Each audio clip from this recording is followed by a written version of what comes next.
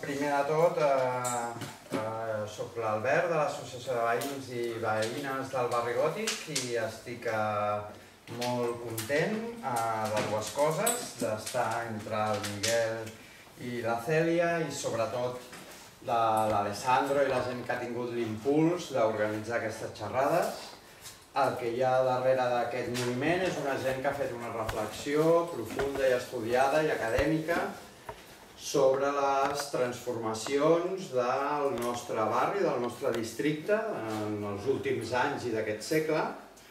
I des dels moviments socials i veïnals creiem que és molt important i estem molt agraïts que hi hagi gent que faci reflexions per poder-nos donar claus per entendre millor el nostre entorn i, per tant, per poder donar una resposta crítica a les coses que ens envolten i les coses que ens afecten. Bé, també benvinguts a l'Espai Social del Gòtic a la Negreta. És un espai nou al barri, al districte, que té la intenció de treballar per crear xarxes, per potenciar que en aquest barri cada vegada hi hagi més moviments socials amb una vocació transformadora. Bé, primer parlarà la Cèlia Marín, Vera, que és professora de la ETSAP, d'Història de l'Arquitectura, i està fent un doctorat a la Pompeu Fabra i ella és especialista, el seu tema és sobre la imatge del barri xino, del Raval, entre els anys 20 i els anys 30. I després continuarà amb una exposició el Miguel Marín. El Miguel Marín és Martín, perdoneu, sabia que em passaria això abans de començar i en 40 anys no ho he pogut arreglar. Doncs el Miguel Martín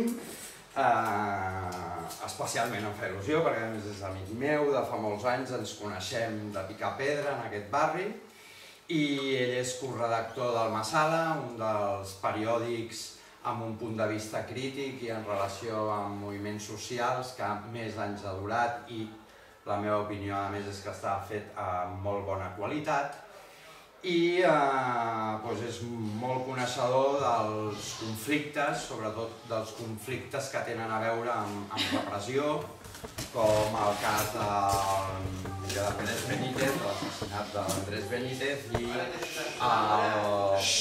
els 11 del Raval, el tema del jihadisme que es van inventar un tòtem, un meme, que com molt bé ens explicarà la Cèlia, fa molts anys que el nostre districte i especialment el barri xino sempre ha sigut associat, estigmatitzat a unes idees perquè ens faci por, perquè pugui entrar la policia, perquè ens portem bé als ciutadans.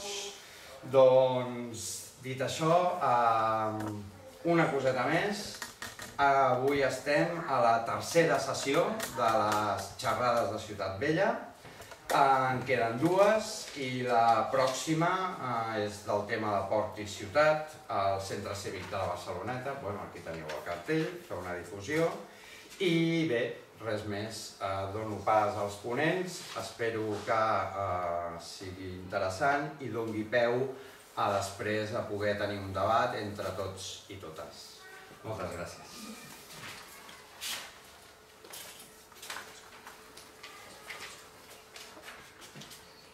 Bona tarda i benvinguts i tal. Si no us molesta, jo parlaré en castellà perquè així no m'he de preocupar sobre els meus puntos febles y puedo hablar tranquilamente sobre el contenido de lo que estoy diciendo.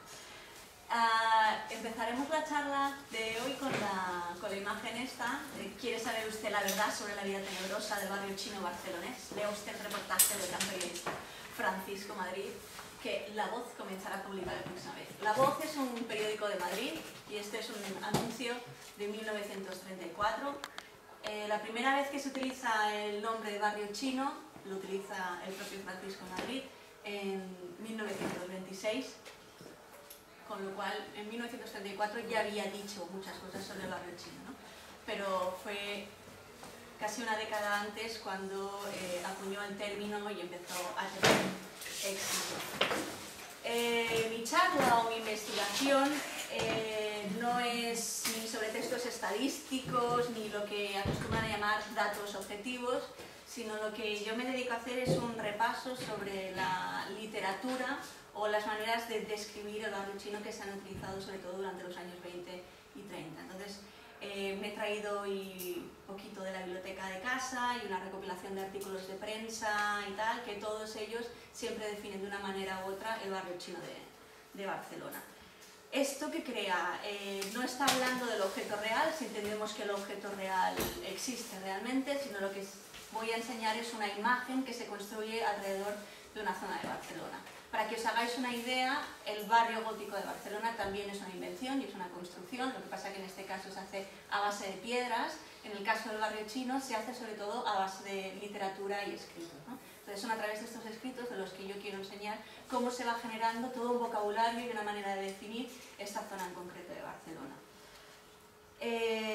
¿Por qué orden y limpieza? Que es la charla de esta semana. Bueno, en 1930 Freud publicó un libro que se llama El malestar de la cultura y una de las cosas que dice es que hay tres factores diferentes para medir el estatus cultural de una sociedad.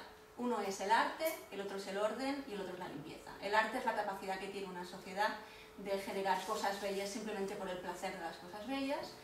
Y en cambio, os voy a leer el fragmento que dice: cualquier forma de desaseo nos parece incompatible con la cultura. Extendemos también a nuestro propio cuerpo este precepto de limpieza. Ni siquiera nos asombramos cuando alguien llega a establecer el consumo de jabón como índice de cultura. Análoga actitud adoptamos frente al orden, que como la limpieza referimos únicamente a la obra humana. El orden es una especie de impulso de repetición que establece de una vez por todas cuándo, dónde y cómo debe efectuarse determinado acto, de modo que en toda situación correspondiente nos ahorraremos las dudas e indecisiones. Orden y limpieza van a ser sobre todo los términos que se utilicen en Barcelona para definirse a Barcelona a sí misma como ciudad, pero sobre todo van a ser unos términos que va a utilizar a la hora de hablar del barrio chino o del distrito quinto, ¿no? O sea, que siempre va a ser una cuestión de orden de Estado, de orden de ciudad o de urbanismo y una cuestión de limpieza o de higiene social. Y estos van a ser conceptos que se van a ir repitiendo una y otra vez. Entonces, cuando estábamos buscando cómo llamar esta charla, pues dije, mira, orden y limpieza, que le va a ir bastante bien, ¿no? Pasa a la siguiente. Este es el primer artículo que aparece en esta colección de esta serie de reportajes que hace Francisco Madrid para el periódico madrileño de La Voz, en el que empieza a hablar de, bueno, el barrio chino barcelonés es el título, pero hay una cosa interesante porque los textos de Francisco Madrid publicados en Barcelona se conocen mucho, sobre todo los de la revista Escándalo, y el libro de Sangre en Atarazanas, que es su recopilación. Con ese título ya os podéis imaginar de qué va, Sangre en Atarazanas, ¿no? En el que se dedica a hacer una recopilación de los artículos de los años del 26 y del 27 sobre el barrio chino de Barcelona. Pero en este justifica de dónde sale el nombre y hace un poco de reflexión de lo que implica para él esta invención. Entonces, os lo voy a leer. Dice: corrían los últimos meses del año 1926 cuando apareció Sangre en Atarazanas, libro en que se reunía una parte de los reportajes publicados en el semanario literario El Escándalo, y que fundamos Braulio Solsona y yo. No pude imaginar la suerte que iba a tener la ocurrencia de calificar con el nombre de barrio chino a un rincón de la Duarte que en forma de distrito municipal se amontona entre la parte trasera del cuartel de Atarazanas y la calle Internacional y Alerta de El Conde de Asalto. Esto es Nou de la Rambla, Conde de Asalto. 1. Muchos literatos, dramaturgos, melodrameros, periodistas y gacetilleros trascendentales habían caído en distintas épocas sobre los barrios de Atarazanas y Santa Madrona, y nadie dio con un nombre altisonante que calificara las callejuelas untuosas y pringantes. Pero una tarde, cruzando la calle de Trenta Claus, esto es Art del Teatre, con la del Este, vi salir de cierta taberna un chino cargado de collares y brazaletes. El vendedor ambulante tenía la cara de luna de todos los orientales, los ojos abiertos como un concejal y ese aire embrutecido de los que acaban de despertar. Una piel de plátano estuvo a punto de tumbarlo al suelo. Pudo sostener el equilibrio y sin volver la cara para saber qué era lo que estuvo a punto de hacerlo dar de bruces, siguió impasible el camino hacia las Ramblas, mostrando la mercancía sobre el brazo izquierdo y llevando en la diestra un pequeño viejo maletín de viaje. Por mi imaginación fue sucediéndose una serie de frases sueltas que dieron una conclusión. Este barrio es una cuadra, peor que un zoco marroquí. El chino ese pudo matarse. ¿Dónde vivirán los chinos que en cada esquina ofrecen las baratijas de sus collares? Deben vivir por aquí. Sería curioso que Barcelona, como Londres, como Nueva York, tuviera una desconocida Chinatown, ignorada por los catalanes. Las ciudades chinas son misteriosas y se forman en las peores encrucijadas de las porciones cosmopolitas. Allí van los clientes de los fumadores de opio, los cocainómanos, los prostíbulos absurdos, los perseguidos por delitos de sangre. ¿Por qué no va a ser este nuestro barrio chino? Y así surgió la idea de lanzar la ya famosa calificación. Después, tracé mentalmente la topografía urbana.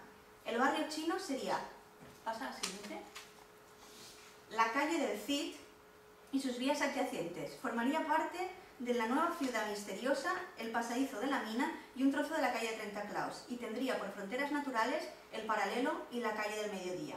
Así lancé el barrio chino en Sangre en Atarazanas, y así nació, tomó cuerpo y realidad, y así ha obtenido esa absurda popularidad internacional, de la que estoy francamente arrepentido.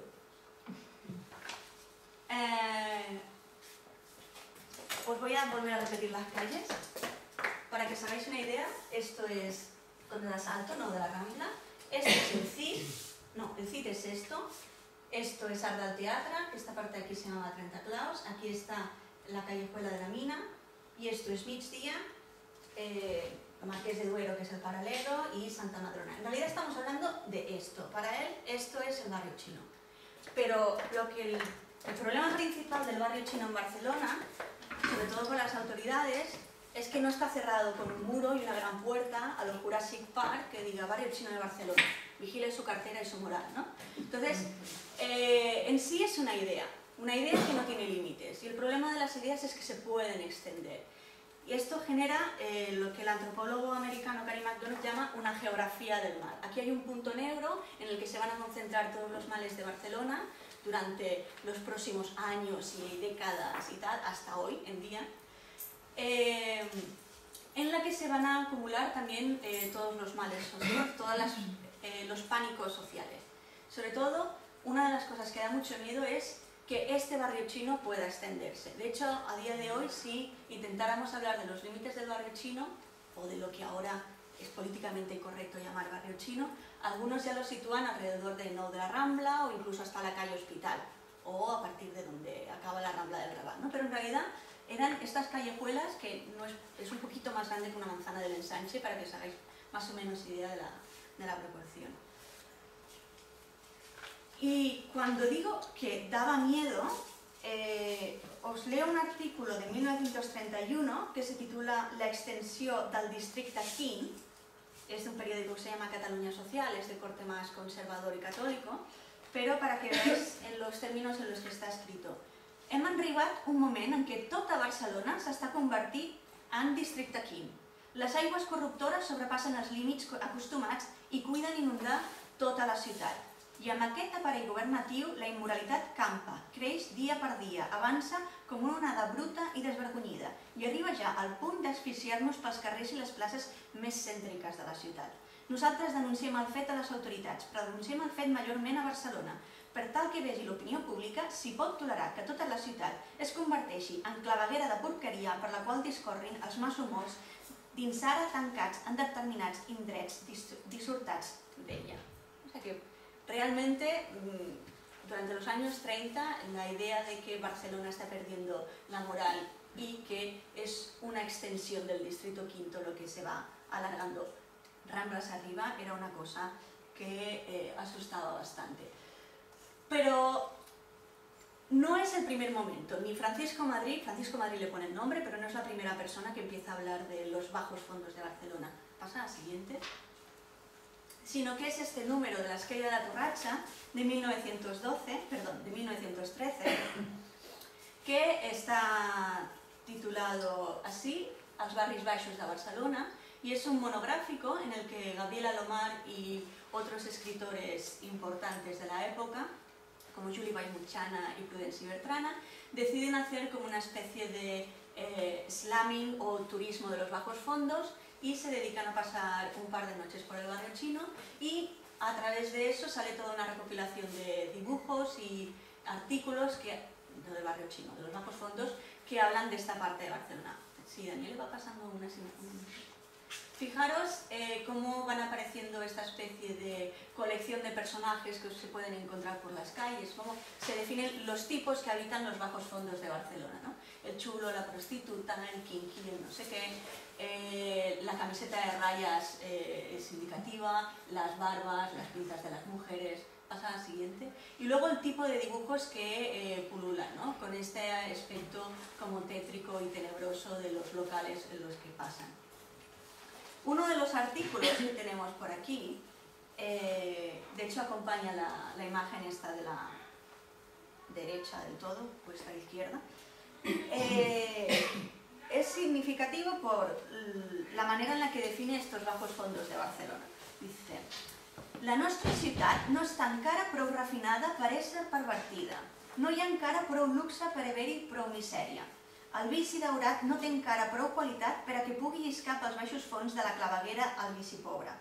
Les flors del mal sols broten ufanes enmig de les grans civilitzacions. La misèria negra brolla dintre els llocs que es formen als peus dels ingents palaus. El vici pobre sols s'alimenta de les desferres de les grans disbauxes. A Barcelona, el vici, la misèria i la perversió, tot té un caràcter mediocre. La misèria fa la viu-viu, com la perversitat, la riquesa i la saviesa. Qui ha visitat l'infern dels barris baixos de Londres, qui ha freqüentat els negres cabarets de les barreres de París, troba com un cert àguila casolà passant pel carrer de migdia o per la volta d'en Cirés. Més que maldat hi troba misèria, més que perversitat, ignorància. ¿Qué diferencia hay entre este artículo de 1912 y los que van a aparecer después? Aparte de los años. Bueno, en este impasse de tiempo, Barcelona ha pasado de tener poco más de medio millón de habitantes, a tener 1 millón de habitantes, que es lo que alcanza en 1930. Entonces, en 15 años, 20, se duplica la población de Barcelona de una manera, no exponencial, porque es el doble directamente, ¿no? Y esto provoca, sobre todo en esta zona del distrito quinto, lo que conocemos como Raval, que sea el barrio con la densidad más alta de población de toda Europa. No de España, de toda Europa. Y estamos hablando de mucha concentración de gente. Daniel, ¿puedes pasar las siguientes? Bueno, aquí tenemos más imágenes de la misma revista. Siguiente. Y durante los años 20 y 30 lo que van a aparecer son muchas publicaciones que van retratando diferentes aspectos y cosas de esta vida de los bajos fondos de Barcelona, el musical canalla, la mina, que es el nombre de una de las bodegas más famosas, las drogas malditas. Siguiente. Este vuelve a ser otra ilustración que aparece en la Esquella de Torratxa, pero es de 1935, en el que hay una recopilación de diferentes escenas de lo que sucede en el barrio. Fijaros que abundan mucho los marineros, borrachos, diferentes tipos de escenas de cante y de bailes, los nombres de los locales y cosas por el estilo. Y para que penséis, bueno, a lo mejor es que están hablando siempre los mismos términos de toda Barcelona. No, pasa a la siguiente. Esto es lo que enseñan cuando hablan de la Barceloneta. La Barceloneta, las fiestas de la Barceloneta, hay un tío vivo, hay un chiringuito de churros, otra de mariscos, hay una escena de pescadores con las redes a un lado, como mucho hay una señora pegándole una hostia a un chico porque se ha propasado, en el anterior no se va a ver este tipo de escenas. Y, siguiente, incluso hay esta escena bucólica en la que se ve este matrimonio entrado en años sentadito bajo las guirnaldas en la playa de la Barceloneta, y el subtítulo, bueno, las letras de abajo pone: ¿te acuerdas cuando nos conocimos? Pasamos nuestra luna de miel en la playa de Barceloneta.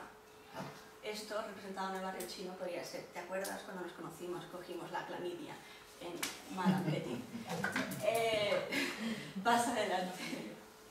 Este es otro de las publicaciones más típicas de las que aparece sobre el barrio chino. Se titula Carne cruda y el subtítulo es, otra vez, La verdad sobre el barrio chino. Aquí todo el mundo quiere enseñar la verdad sobre el barrio chino. Este caso es bastante interesante porque todas las ilustraciones son de Ricardo Piso, que era un ilustrador muy bueno de la época. El marinero y la prostituta son imágenes recurrentes de esta zona de Barcelona. Si vas pasando las imágenes, lo que vamos a tener es una recopilación de diferentes tipos de marineros con diferentes prostitutas. El primero es en la calle del Cid, el otro es en la Criolla, uno de los cabarets más famosos. Y más imágenes.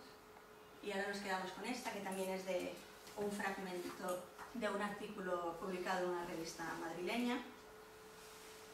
Y hasta ahora os he enseñado periodistas. Ahora os voy a enseñar lo que aparece en la literatura. Bueno, esto también está escrito por un periodista. Se trata de Primavera en España, de Francis Carco, que es un periodista francés que vino en 1928 a España a hacer un recorrido por el ruedo ibérico y sacar de esto sobre todo una especie de libro promoción, porque en 1929 se celebraba la Exposición Internacional de Barcelona y la Iberoamericana en Sevilla. Entonces esto era como una manera de invitar a los franceses a visitar España durante el año siguiente. Entonces Francis Carco es famoso por ser un periodista de lo apache. Él cuando viene a España viene a buscar toros y prostitutas. Se lo pasa muy bien en Madrid, se lo pasa muy bien en Sevilla y en Barcelona no se sabe si se lo pasa bien o se asusta. Pero bueno, os voy a leer su primera noche en Barcelona. Y empieza. Fluorescencias blancas, aquí y allá, resplandecían en los escaparates de las farmacias, en fachadas carcomidas. A lo largo de los tristes balcones se apagaban, se volvían a encender, se paraban con letras grandes estas palabras: clínica, policlínica, vías urinarias, cuya repetición me atontaba realmente. Conté más de 20 que, vapuleando los ladrillos y las entradas de Betel con un relámpago triste, avisaban a los transeúntes de los riesgos que corrían. Eso no impedía nada. En la calle San Ramón, en la esquina de un pequeño bar marsellés, se ofrecían unas chicas alineadas como animales de feria. Los árabes les palpaban los pechos, las compraban, hablaban, y cuando un desconocido escogía antes que ellos, esperaban pacientemente a que bajara con la mujer para ponerse de acuerdo sobre un precio. Por todas partes, a lo largo de las paredes, cientos de prostitutas nos llamaban al pasar y una de ellas, ignorando en qué lenguaje hablarme, se levantó la falda con socarronería en un escondrijo de puerta y se mostró desnuda hasta medio cuerpo. Era sábado. Algunas de estas pobres criaturas llevaban delantales, otras abrigos desgarrados, viejas boas, prendas de lana, jerseys y cuanto más avanzaba, más veía. De bar en bar los organillos se intercambiaban sus aires de blues, de giga, de charleston, pero nadie cantaba ni bailaba. Un ronroneo, un cuchicheo de voces roncas me retumbaba en las orejas. Cogí a la derecha, fui hasta la masa fúnebre de un hospital, seguí por una calle del mismo nombre, volví. Por todas partes irradiaban aquellas luces blancas, me atormentaban, sin que me fuera posible escapar de sus barrocos parpadeos de ojos. Por más que cortara por las vías más sombrías, estaba poblada de mujeres que, en el umbral de tiendas oscuras, me llamaban y me hacían huir por nuevas callejas en las que las farmacias empezaban de nuevo a iluminarse y apagarse. Continuamente la misma descripción de las calles. Bueno, Francis Carco es francés. El que os voy a leer ahora es catalán. Se trata de Josep María de Sagarra y su vida privada, que es de 1932. Y este es bastante más conocido. Y hay una escena muy famosa que consiste en esto, en bajar a hacer turismo al barrio chino.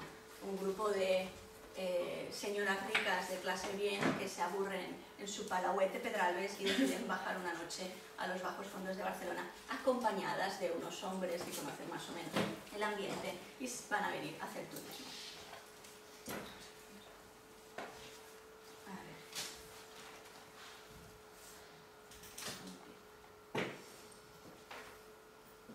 Les dames anava un sí esbarades, trepitjant escombraries i líquids infectes, però plenes d'interès i amb la il·lusió de veure qui sap què.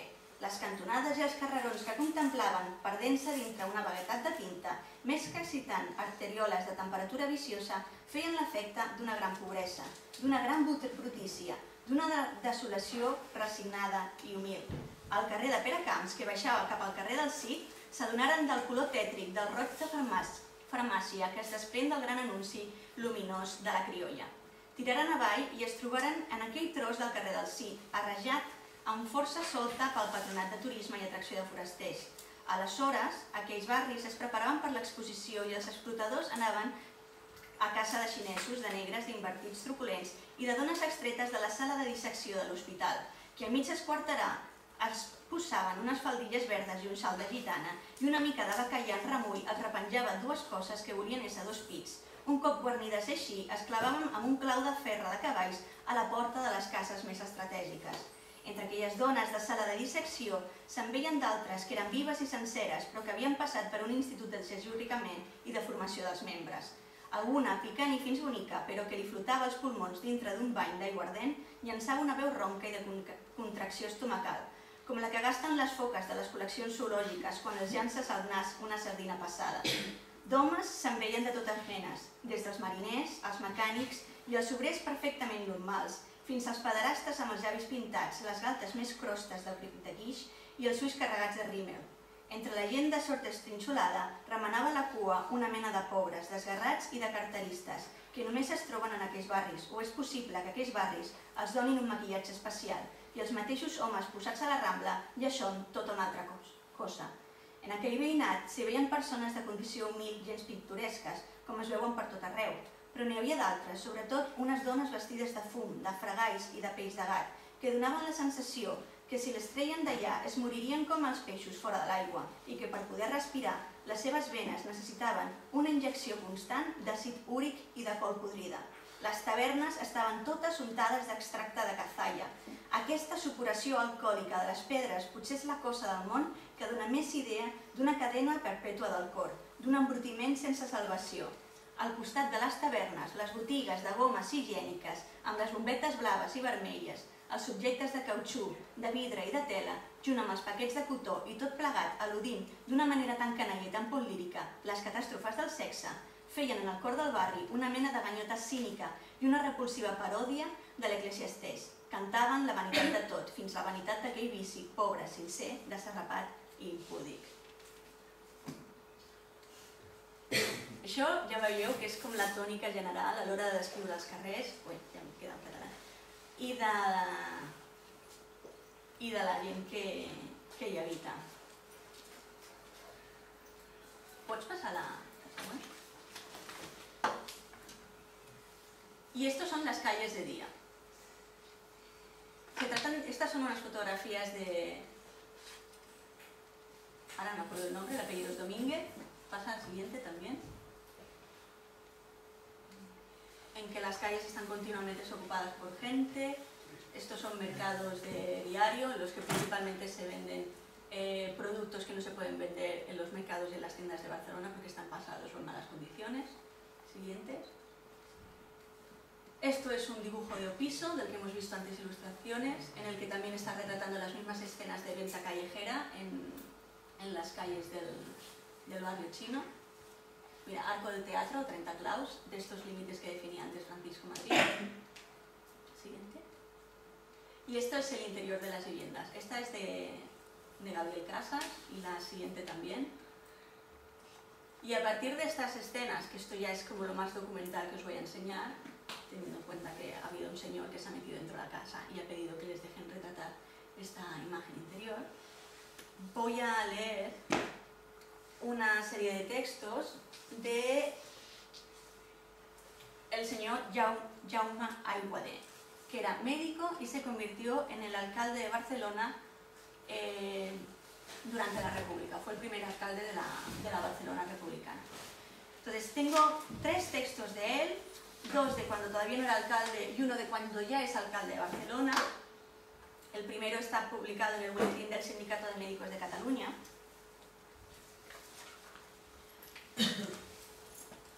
Y se trata de un artículo que habla del problema de las barracas y de los reciclados de Barcelona, sobre todo hablando de la masificación en esta parte de la ciudad. Aiguade, al ser médico, habla mucho sobre todo de estadísticas, de tasas de mortalidad y de extensión de enfermedades y tal, pero a mí lo que me gusta del Aiguade es cuando no habla de estadística, el tipo de literatura que utiliza para acompañar estas charlas que él da, porque lo que dice es canela fina. La brutícia, la immoralitat, les malures, és l'única realitat d'aquells indrets. Tot fa pudor, els carrers, les escales, els pisos, les persones, una pudor especial de cosa corrompuda i que va corrompent-se de dia en dia més. Preveus que l'endemà estarà augmentada i l'endemà encara més, com un cos mort subjecte a la descomposició orgànica. Barcelona, tota ella, n'és de grats perfums. Els desaigües de les cases no van a parar molts d'ells als recs de les clavegueres, que a més no hi passa aigua sinó quan plou, sinó a les voreres. Però en aquelles barriades les pudors es quintessencien. Aquestes pudors són les que embafen les botigues de queviures amb llur mercaderia exposada a l'esguard del públic, les tavernes, restaurants, amb els plats del dia i per mostra a la tentació dels gourmets. Com a complement, un eixam de mosques que ho minva tot de negró. Este es del 27, el siguiente es del 29. Y este está publicado en la revista Mirador, que ya es un periódico de tirada general.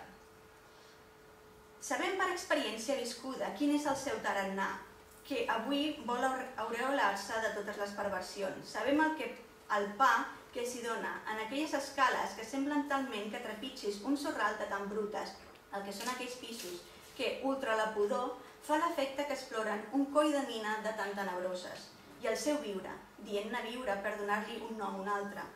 En cada cambra del pis s'estatja una família generalment nombrosa, pares, fills, germans i germanes, tots barrejats, ocupada per un llit en els casos més sortosos, llit llardós i en el qual preveus els paràsits, marfagotes a terra per als altres, roba penjada en un estenedor improvisat dins de l'habitació, una taula o, més comú, un caixó que serveix de taula i el malalt i una sèrie d'individus tètrics que l'envolten atrets per la visita del metge.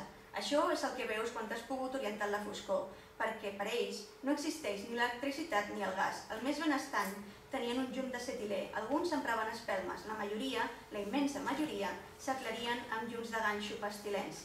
En aquella mateixa cambra cuinen. Un fogó de terra serveix per la minestra i empudogar l'habitació de fum, d'oli dolent i de menjars passats, i fer que l'aire sigui espès, piqui els ulls com la bravada de ceba i els esperits que es tapin a l'entrari. A part de les cambres que donen al carrer, que no en tots els pisos hi donen, molts són interiors i algunes s'airegen per un celobert on van a parar totes les males olors de la casa. Les altres, la majoria, no tenen altra ventilació que la porta de la cambra i així moltíssimes cases, gairebé totes d'aquella zona. Abunden els casalots immensos, plens de corredors i passadissos, en els quals per orientar-se i trobar el pis que cerques necessites un plànol o un guia expert. Són un viver de gent, rusc, bulliciós, d'homes ferrenys i malcarats, dones granyoses i perduda tota gràcia de criatures esquelètiques i degenerades. No hi ha un pam de terra que no tingui estesa una marfagota bruta, espellifada com el llaç d'una bèstia. Els pisos, per dir sort, són grans i s'aglomeren 7, 8, 9 famílies en un espai reduït. La vida dels seus habitants es fa a l'escala i a cada replà on s'aboquen 4, 5, 6 o més pisos. S'omplen de dones i criatures que parlen o riuen sorollosament, grollerament, o es barallen amb més sorolls i més grolleria encara. De dins, als pisos els foragita tanta misèria, tota la foscor i tota la brutícia, i fet, a l'escala, l'aire del carrer i del terrat la ventila. I llavors cerquen l'esplai del carrer. Un carrer estret ple d'abaf de tavernes i restaurants barats, de cases de dormir que escupen una furta d'humanitat que no es renta mai. La terra és ja fiscosa, amb deixalles de menjar, peix de plàtan, tomàquets podrits, malgrat acabi de passar l'escompiaire. Carrers on, segons quina hora, no hi ha cap legentada que hi pul·lula, que fa realitat aquell temor de Ventrall i Rubió quan a la Barcelona Vella, abans de l'agregació, se refereix a l'Eixample, ens deia que si un dia tots els seus habitants a la mateixa hora llançaven al carrer passaria per la vergonya de que no hi cabrien. Tota aquella gent, plena de parracs i de brutícia, es llença pel carrer per no tenen d'avançar a cops de colze i empentes. Això és un metge, que després serà l'alcalde de Barcelona i així parla del barri xino. Quan ja és alcalde de Barcelona fa una conferència a l'Escola d'Arquitectura, invitat per uns arquitectes, segurament els que després formaran el grup d'arquitectes tècnics per al progrés de l'arquitectura contemporània, el GATPAC, I ell fa una conferència relacionada també amb el problema de l'habitació obrera a Barcelona. En aquest sentit, és una conferència força llarga, però fa una reflexió molt interessant perquè compara el tipus de persones que viuen al barri xino amb la idea que es té de família catalana. Diu: l'obrer nostre, amant de la família, auster de costums, sense vicis, que el forsequin i el rebaixin, que no solament no s'alcoholitza, sinó que no permet d'alcoholitzar els qui venen d'altres terres, ha trobat en la casa el baluart i l'escola de les bones costums. Ja ho digué d'israelí fa molts anys, la primera garantia de la civilització i el progrés és l'habitació. La llar és l'escola de totes les virtuts individuals, patriòtiques i humanes. Després fa referència a l'article que ja he dit abans. Diu: en 1927, quan vaig escriure el treball esmentat i que es publica en el butlletí del Sindicat de Metges de Catalunya, es calculava que hi havia uns 100.000 rellogats. No cal dir el que això significava per al viure de l'obrer. La seva moral rebaixava. Gran part dels delictes de sang entre gent no professional de la mala vida eren motivats per aquesta convivència, moltes vegades entre persones desconegudes abans, sense cap altre lligam que una necessitat i una misèria comuna. O si es coneixen, el continuant contacte feia esclatar la baralla ben aviat i per sempre. Aquestes llars esdevenien un infern tot seguit, on les dones s'insultaven tot el dia, on les criatures de famílies deslligades de tot parentiu es pagaven constantment i on els homes tenien d'acabar molts cops d'una manera tràgica aquell malviure. Adulteris, robatoris, homicidis eren i són la conseqüència obligada. Esto es lo que pasa por compartir piso. Pasa a las siguientes. Vale, estas son fotografías de Margaret Michaelis, una fotógrafa judía de origen alemán que vino a refugiarse a Barcelona huyendo del régimen nazi, que acabó trabajando para los arquitectos de Radka y cuyas fotografías aparecen publicadas en la revista que tenían este grupo que se llamaba AC. Michaelis tenía una cámara compacta tipo Leica, a diferencia de las que hemos visto antes, que era una cámara de cajón, que le permitía poder hacer fotografías rápidamente sin ser vista. Entonces tiene muchas instantáneas de pisos y calles del barrio chino, porque de hecho estuve viviendo allí. Cuando llegó a Barcelona se alojó en un hotel en esta zona y cada vez que veía una puerta abierta en el rellano aprovechaba para hacer fotografías. Y estas son fotografías de los interiores de las viviendas que había y que seguramente hay en estas zonas. Pasa a la siguiente. Fijaros, estos son los patios de luces que comentaba antes. Aiguadé, en los que se acumula la basura y todo, el estado en el que están los suelos, los muebles y las mesas. Pasa al siguiente. Y esto ya son artículos y fragmentos de lo que aparece publicado en las páginas del grupo AC, del grupo Gatback en la revista AC. En este caso se trata de una ficha de una visita domiciliaria realizada por un médico, no exactamente Aiguadé, pero del mismo estilo, en el que, fijaros en el planito, ese dibujito es el plano de la vivienda, en el que están indicadas las habitaciones, las camas que hay, el número de personas que habitan y los enfermos que hay. Pasa a la siguiente. Aquí vuelven a aparecer las fotografías de antes de la Margaret Michaelis, más detalles de las casas y frases sobre todo del tipo: aquestes habitacions fomenten la degradació física y la depressió espiritual del individuo. Una cosa muy constante. ¿Pasa? Este es el número 6 de la revista C, que su parte central está dedicada al distrito quinto y ponen entre paréntesis barrio chino, porque para ellos ya era como que hablar todo de la misma cosa. Las fotografías van a ser de Margaret Michaelis. Pasa al siguiente. El barrio chino de Barcelona, distrito quinto. Daniel, ¿puedes leer el primer párrafo, tú que lo tienes delante? Por imperativo de la profilaxis más elemental, debemos evidenciar hoy el cáncer barcelonés de llamado barrio chino como caso clínico típico existente en casi todas las grandes urbes. El cáncer barcelonés es el barrio chino. Ya no es que estemos hablando de limpieza ni de higiene, sino de términos directamente médicos. Si pasas las siguientes imágenes. Bueno, esquemas y diagramas sobre superpoblación y mortalidad, despasando. Esto es otro fotomontaje, aquí tenemos el tipo del barrio chino sobre una fotografía aérea. Siguiente. Este personaje va a salir en un par de artículos más, o sea que es una cosa recurrente. Y este es el diagrama que os quiero enseñar, en el que hacen un esquema de cómo hay que intervenir arquitectónicamente en el barrio chino. Pasa a la siguiente. Aquí lo tenemos en detalle, el esquemita que había al lado. Fijaros cómo han recortado un par de manzanas de la zona del Raval y fijaros en los elementos que acompañan el collage de la manzana de abajo. ¿Qué es lo que tenemos? Tijeras y bisturís, material de quirófano para intervenir sobre este quiste, este cáncer de Barcelona que se puede ir extendiendo. Pasa a la siguiente imagen. Esto aparece en el último número en la última página de la revista AC. La imagen de esta pulga, ¿no? El peligro que se extiende por el resto de la ciudad, sobre todo esta idea de que en este caso ya no es un peligro moral, sino que las condiciones del barrio chino es una cuestión de higiene y limpieza que puede acabar afectando al resto de la ciudad y que su intervención y sobre todo erradicación, y no sé si lo conocéis, pero el proyecto de Elgat Pac y Le Corbusier para la reforma de Barcelona incluía borrar no el barrio chino, sino directamente el Raval del mapa, ¿no? O sea que borrar implica echarlo todo abajo y crear una gran explanada con una par de edificios culturales, porque la cultura vende. Acá me suena de algo, no sé. Vale, siguiente imagen.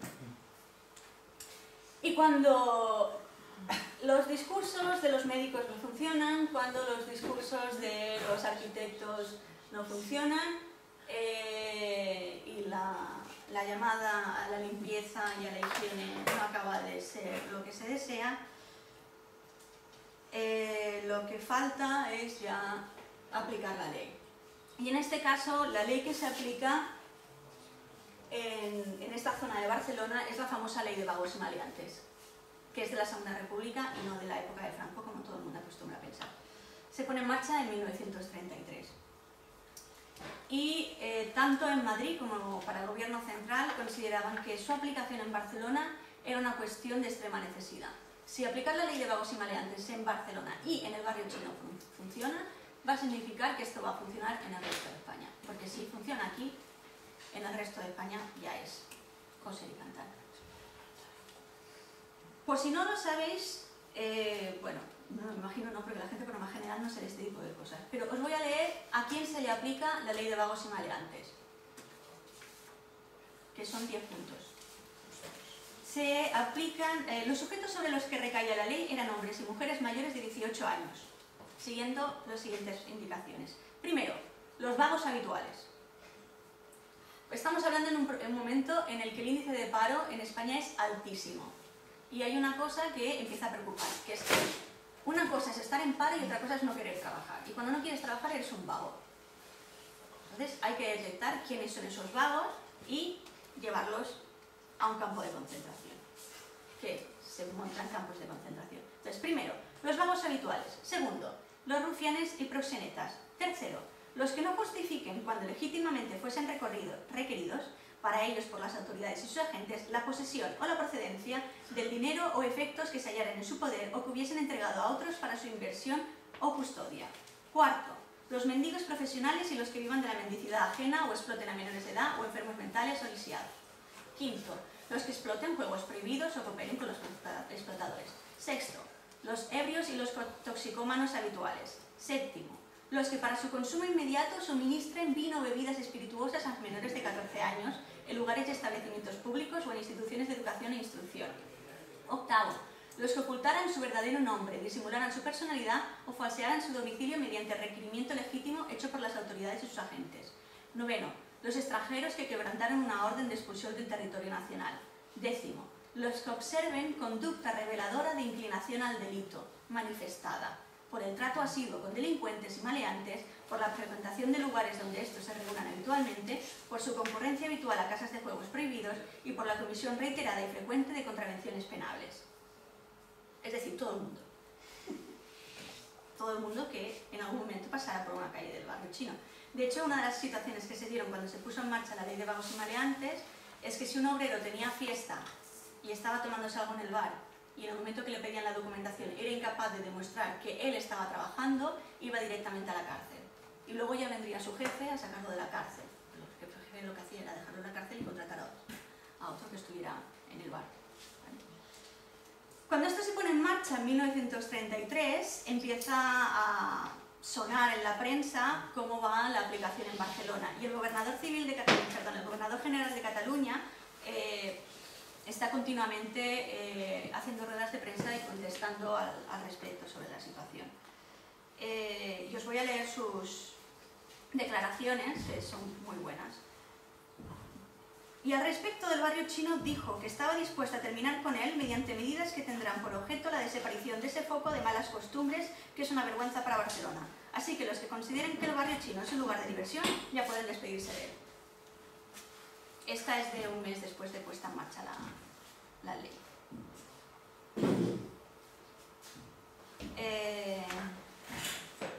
Otra, publicada en el ABC.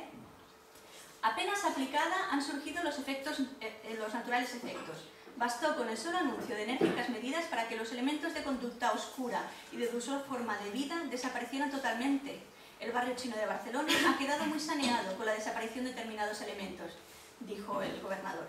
Han desaparecido, dijo en tono humorístico, multitud de jóvenes equívocos, así como otros que perturbaban la moral y materialmente la vida de la ciudad. Y otra declaración más, aparecida en La Vanguardia. Voy a terminar con el barrio chino que ustedes conocen, y al solo anuncio de concluir por medio de cacheos y petición de documentos, obligar a los establecimientos de allí a cumplir con la ley, ha ocurrido lo siguiente, que en el barrio chino no quedan ya esos señores que iban con camiseta Imperio por las calles. Me imagino que sabéis lo que es una camiseta Imperio, ¿no? La de tirantes. Pasa a la siguiente. En la prensa más de corte amarillista y tal, lo que empezaron a aparecer eran artículos de este tipo. El barrio barcelonés en peligro de muerte. O en la siguiente. El adiós del barrio chino barcelonés. No, vuelvo al anterior.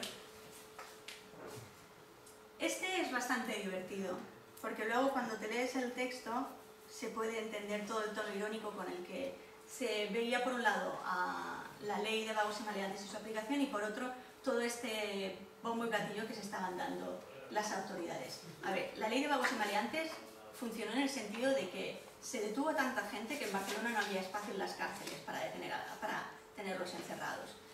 Incluso se llegó a utilizar la Plaza de Toros de las Arenas como cárcel temporal.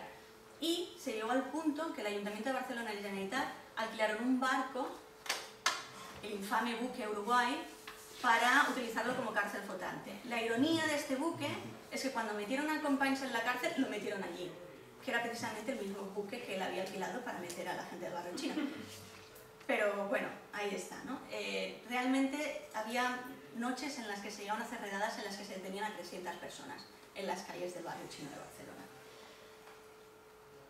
Pero la prensa de tipo satírico, ¿cómo veía esto? En Barcelona la policía ha tomado mucho más en serio que en Madrid, y desde luego con sobrada razón, la aplicación de la ley de vagos. Los efebos de la criolla se dan aires sombrunos y alargan el paso a lo gañán por las callejuelas oscuras. Los cerilleros que ofrecían morfina y cocaína a las 3 de la madrugada junto al cuartel de Atarazanas no llevan ya más que cajas llenas de cerillas. Los rufianes franceses y los polacos tienen sus maletas preparadas y conocen las salidas de los barcos que ponen proa hacia todas las Marsellas del mundo. Si aplican la ley a rajatabla, el barrio chino será un lugar deshabitado dentro de pocos meses. ¿Quién podrá reconocer en una calle del Arco del Teatro, habitada por profesores de economía, higienistas y señoras del ejército de la salud, la entrada en aquella infecta y pútrida encrucijada de tantos caminos del mundo? Este artículo es de 1933, que es cuando se aplica la ley. Las imágenes que os he enseñado al principio de la exposición y del artículo de Francisco Madrid es de 1934. Es decir, que el barrio chino no se muere tan rápidamente, sino que se va extendiendo la leyenda. Y la siguiente, esta del adiós del barrio chino barcelonés, es de marzo de 1936. Es como una especie de larga y lenta agonía, en la que no sabemos si estaba muerto o estaba de parranda. Miguel, te toca. ¿Qué nos dices?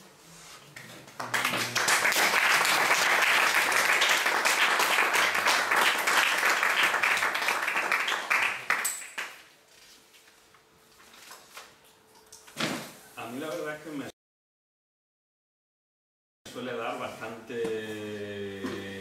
pereza, incluso a nivel más personal y más coloquial, hablar del Raval y hablar de seguridad, de ambas cosas juntas, por dos razones.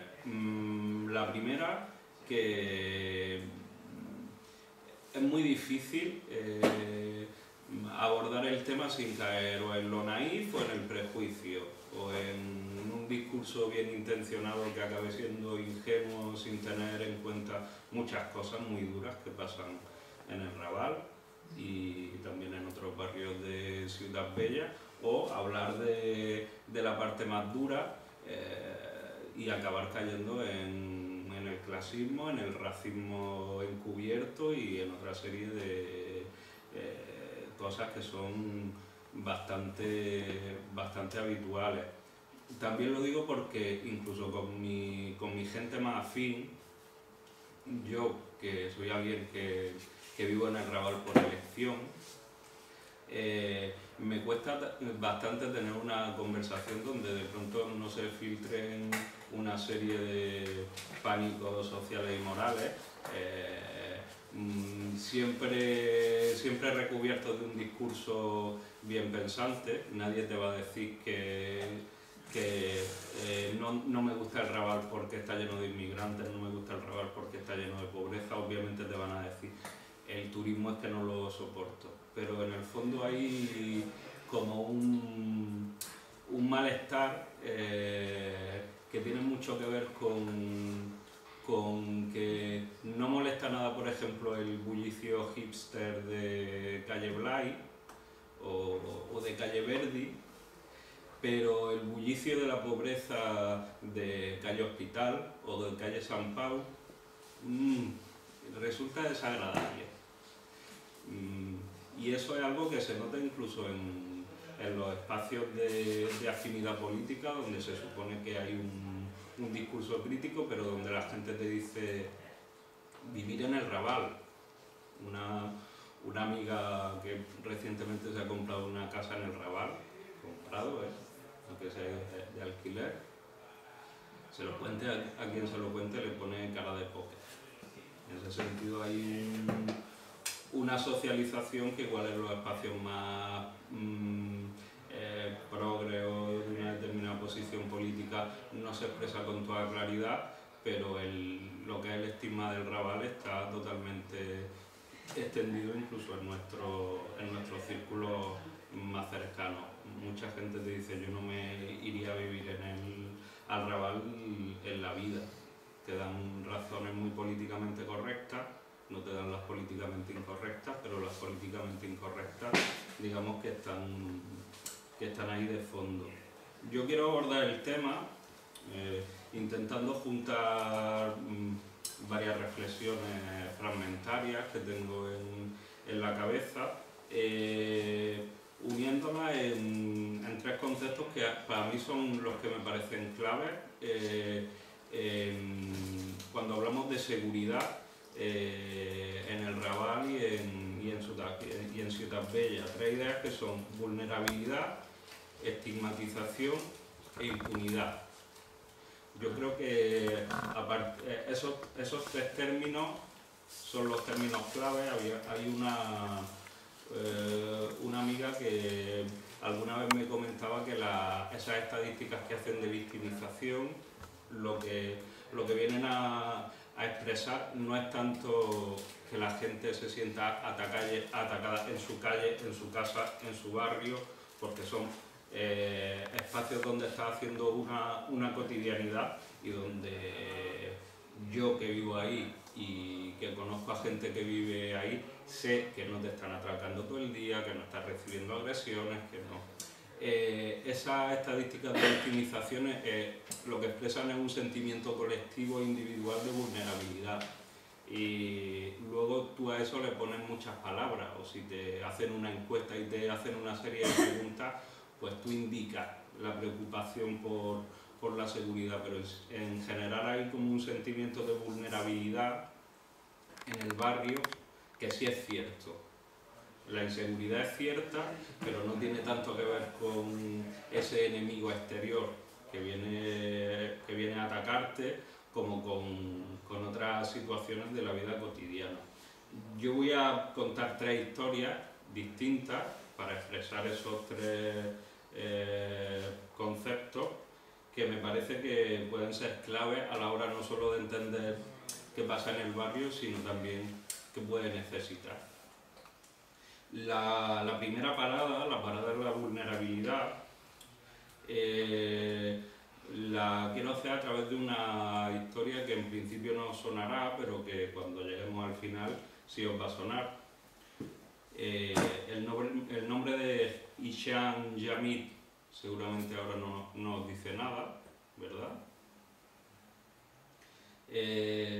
Hisham sabemos que llega a Barcelona entre 2009 y 2010, viene sin familia, es un chaval de la calle que proviene de Marruecos. Sabemos que durante un tiempo estuvo alojado en un centro de acogida temporal en Santa Perpetua de la Mogoda, que posteriormente ha atendido aquí en el barrio por el Casal de Infants, que realiza algunos cursos de capacitación profesional, pero estas 2 instituciones, la institución de Santa Perpetua y el Casal de Infants, en marzo de 2013 le pierden totalmente la pista. La de Gaya, la Dirección General de Atención a la Infancia, tampoco sabe nada de él, ni siquiera del momento en el que llegó, donde por los datos que tenemos era menor y se supone que a la de Gaya le corresponde la tutela. La de Gaya en todo momento niega haber sabido nunca de esta persona ni de su paradero. Después de un año sin saber nada de él, Hisham aparece el 7 de enero, aparece por las calles del Casco Antic, con visibles signos de enajenación, comiéndose un bocadillo, gritándole a la gente, y en un momento dado se encara con alguien en la Plaza Flassaders, aquí en Apuñala. Después de que ahora ya os debe empezar a sonar esta historia, porque en su momento a nivel mediático fue bastante sonada, después del apuñalamiento en calle Flassaders, sale corriendo en Plaza Flassaders, sale corriendo de la plaza, y en la calle Mirallers degolla al primer viandante con el que se encuentra. Esta es la típica historia que luego se utiliza mucho como bandera con las cuestiones de seguridad. Más cámaras, más policía, más control. De hecho, las declaraciones que hacen los vecinos a los medios de comunicación, o que los medios de comunicación ofrecen de lo que le haya contado a los vecinos, es: necesitamos más cámaras de vigilancia, si no van a seguir pasando cosas como esta, y nos prometieron que habría más vigilancia, pero todo sigue igual. La verdad es que cámaras de vigilancia eviten un homicidio es algo que por ahora solo lo hemos visto en series de televisión, ¿vale? Pero hay algo bastante más llamativo. Hisham, después del asesinato, se encuentra 3 veces con la policía. Una primera, inmediatamente después, cuando intenta robar a 2 turistas, que lo para la Guardia Urbana, lo detienen un rato, lo sueltan. La segunda vez lo paran los Mossos, lo llevan precisamente ante algunos testigos del asesinato porque coincide con la descripción. Los testigos son incapaces de reconocerlo, entonces lo sueltan. En la tercera ocasión lo vuelve a detener la Guardia Urbana porque estaba agrediendo en la Plaza Real a un sin techo. Lo entregan a los Mossos y ahí a algún Mossos se le enciende la luz de que podría ser, investigan el caso, encuentran unos restos de sangre y efectivamente descubren que ha sido él. El caso es que cuando la gente pide más policía, Hay cosas que no se reflexionan sin datos. ¿Cómo podemos pensar cuando alguien que acaba de cometer un asesinato, que se encuentra en la misma tarde del asesinato con 3 patrullas de policía de dos cuerpos distintos, cómo podemos pensar que el barrio lo que necesita es más policía? En todo caso, policía debe tener de sobra. ¿Qué es lo que podía haber evitado el asesinato? Lo que podía haber evitado el asesinato es que Hicham no hubiera perdido la cabeza, que en vez de estar, después de pasar por 2 instituciones relacionadas con protección de menores y 1 año en la calle, que hubiera contado con los recursos necesarios, tanto a nivel de asistencia social como persona migrada, a nivel de salud mental, a nivel de protección como menor de edad que era, que hubiera contado con una serie de recursos que hubieran sido fundamentales para que esa tarde, que hizo una auténtica locura, no hubiera llegado, que hubiera contado con los recursos para que no perdiera la cabeza. No hubiera evitado el asesinato más policía, no hubieran evitado el asesinato más cámaras, hubiera evitado el asesinato que Hicham hubiera contado con una serie de recursos sociales con los que evidentemente no contó, porque para empezar, la administración responsable de su tutela como menor no tenía ni idea de su existencia, a pesar de que él había pasado por 2 instituciones que tienen, y me consta que tienen, una relación permanente con Dedayo. Sinceramente, unos buenos recursos nos proporcionan más seguridad a todos que más policía, y en este sentido también señalar una cosa: la seguridad de uno es la seguridad de todos y viceversa. No sé si habéis tenido a nivel familiar algún caso de personas con problemas de salud mental, etcétera, etcétera. Yo sí, y os aseguro que no hace falta ser un niño de la calle que ha venido de Marruecos para necesitar un sistema de protección de menores que funcione realmente, que realmente proteja a los menores, y un sistema de asistencia a los enfermos de salud mental que funcione. Lo que necesitaba Hicham, lo necesita cualquier familia. Si no había recursos para Hicham, el problema no es Hicham, el problema es de todos nosotros. En ese sentido, la vulnerabilidad de uno puede acabar convirtiéndose en la vulnerabilidad de todos también. Mi siguiente parada gira en torno a la estigmatización del barrio. Nuestro siguiente personaje es precisamente la contraparte de Hicham. Seguramente tampoco suena el nombre de Badre Ben Hassam, un chico también marroquí. Seguramente a esta altura tendría la misma edad de Hicham.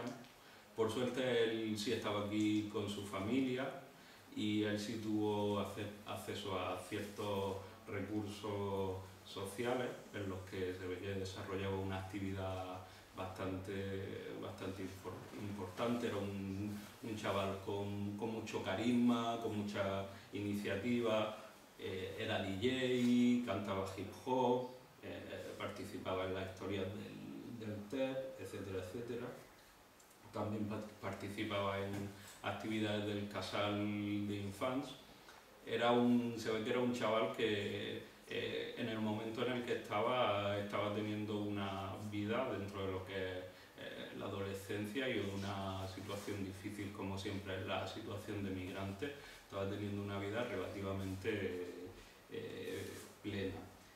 Hace 4 años Badre estaba en la Plaza Folky Torres jugando al fútbol y de pronto sufrió un desvanecimiento. sus amigos que estaban con él jugando llamaron a los servicios de emergencia. La Guardia Urbana tardó 20 minutos en llegar, una primera ambulancia tardó 30 minutos en llegar y la ambulancia que llegó 40 minutos después de que él se desvaneciera y que tenía desfibrilador, no llegó a tiempo para salvarle la vida. Posteriormente, un médico declaró a público que si la ambulancia hubiera llegado a tiempo, la ambulancia con desfibrilador, a Badre tenía un 90% de posibilidades de salvarse. ¿Por qué tiene esto mucho que ver con el estigma del Raval? A mí me ha pasado más de una, más de dos, más de tres veces pararme con alguien que veo que está tirado en la calle. No soy el buen samaritano que se para con todo el mundo, pero de pronto hay una situación que te escama, ¿no? De pronto no es solo alguien ahí tirado, sino alguien que no está muy seguro de que esté bien. Prácticamente todas las veces que he hecho eso en el Raval, no me ha quitado media hora, 40 minutos esperando que llegue la ambulancia. Una de ellas, habiendo avisado que era una persona que tenía un golpe en la cabeza y sangre. Afortunadamente era un golpe superficial, era algo sin riesgo para su vida, pero si avisas a un servicio de urgencia que alguien tiene un golpe en la cabeza, yo creo que es suficiente como para que llegue en un tiempo prudencial. Para mí uno de los signos del estigma que hay sobre el Raval actualmente se ve mucho en cómo a veces se comporta el personal sanitario, que es un personal que se supone que está atendiendo en una serie de situaciones que afectan directamente a la vida.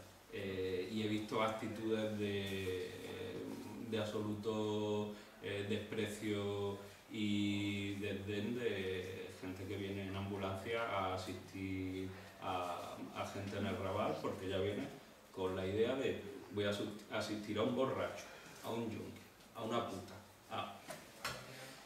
Y eso me parece bastante significativo. En este sentido, la estigmatización de una serie de colectivos es también la estigmatización de todos. La ambulancia tarda 40 minutos en llegar a atender a Badre, la ambulancia llega 40 minutos en llegar a atender a alguna de estas personas con las que yo me he parado alguna vez. Eso nos puede pasar a cualquiera de nosotros simplemente porque pasa en el Raval. Lo que marcó el límite entre la vida y la muerte de Badre era precisamente el que su desvanecimiento había ocurrido en la Plaza Folk y Torres y no había ocurrido en la Avenida Mistral o en la calle Enrique Granado. Y eso es una cosa extremadamente grave porque está también extremadamente normalizada y naturalizada, que es así, que pasa así. Por otro lado, en el caso de Badre hay algo mucho más agravante, que es pocos días después de producirse los hechos, un periodista del periódico, Antonio Vaquero, habla de la muerte de Badre como de una muerte por sobredosis, a partir de fuentes policiales.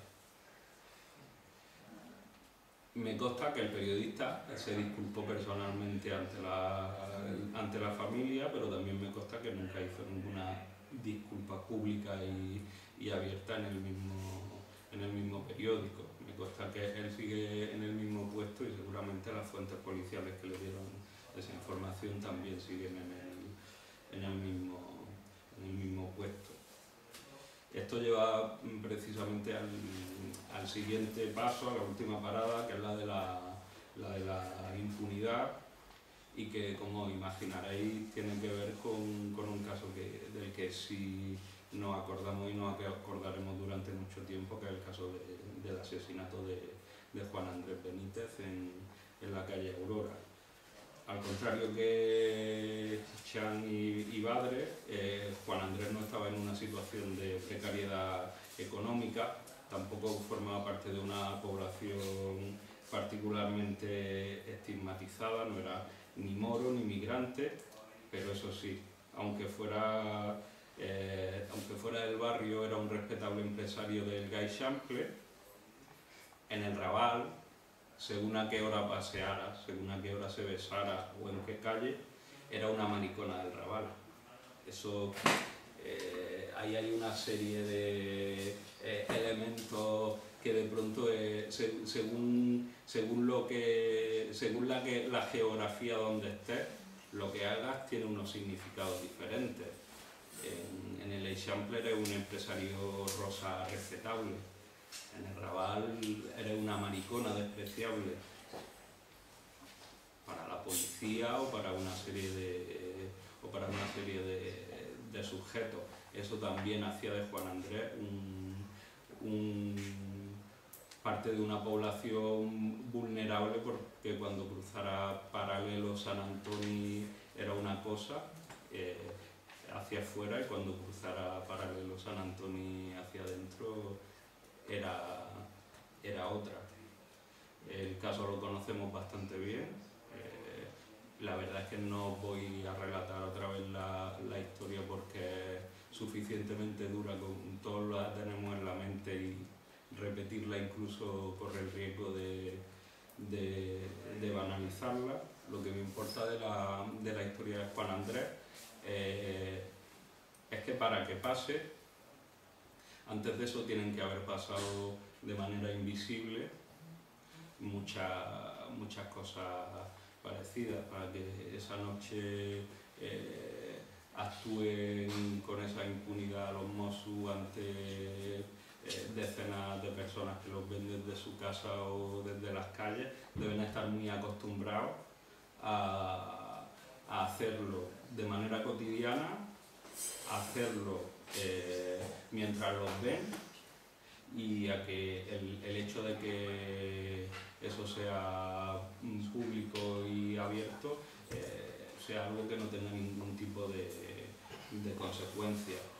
Por ejemplo, SOS Racismo denuncia que actualmente tiene abiertas 31 denuncias por agresiones de carácter racista por parte de fuerzas policiales, y que de esas 31 denuncias 18 fueron abiertas en 2013. Tenemos un mínimo de 18 agresiones racistas durante el 2013 en Ciudad Bella. Esos son solo las que denuncian.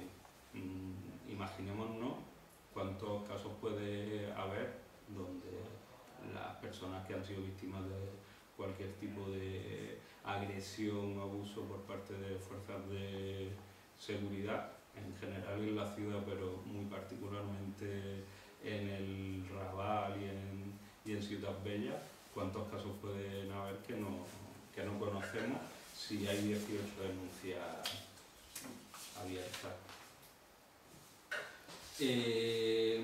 Acabando, para mí, a mí me gustaría hacer tres apuntes finales sobre el caso de Hisham. Que alguien vulnerable puede hacer daño de una manera puntual, pero que es relativamente fácil evitar que alguien vulnerable haga daño si en algún momento pierde la cabeza, si se le dan los recursos como para que no la pierda, como he dicho antes. Pero si alguien vulnerable puede hacer daño de manera puntual, alguien impune puede hacer mucho daño de manera sistemática, y eso no solo vale para las microviolencias cotidianas que ejerce la policía o las fuerzas de seguridad, sino que vale para las mismas instituciones, ayuntamientos, distritos, etcétera, etcétera, también ejercen una serie de violencias cotidianas en su acción política y ejecutiva diaria, que también quedan impunes porque generan una serie de consecuencias que no tienen ni un control sobre esas decisiones y esas acciones políticas, ni unas consecuencias. Puedes llevar a cabo un plan urbanístico o una normativa sobre el espacio público que genere una serie de consecuencias sociales catastróficas y salir totalmente indemne de eso.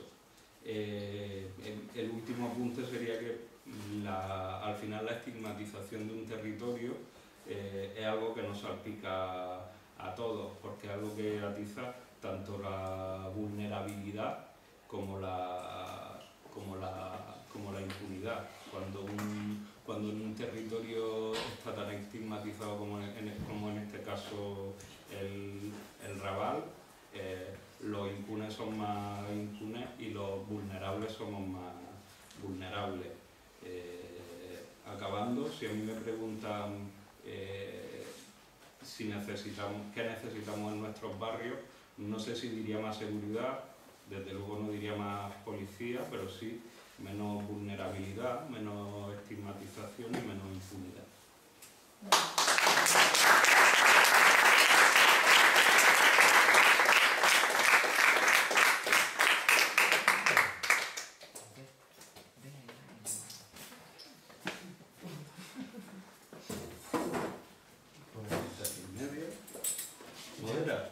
Moderna.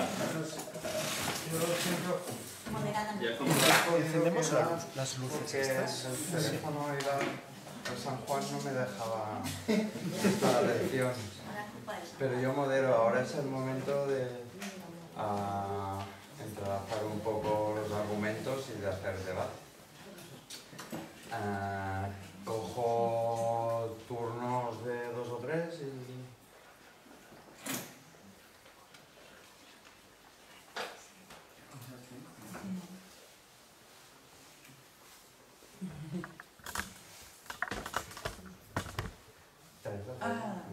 No, yo solamente quería decirte a ti que el tema que has tocado me ha gustado mucho.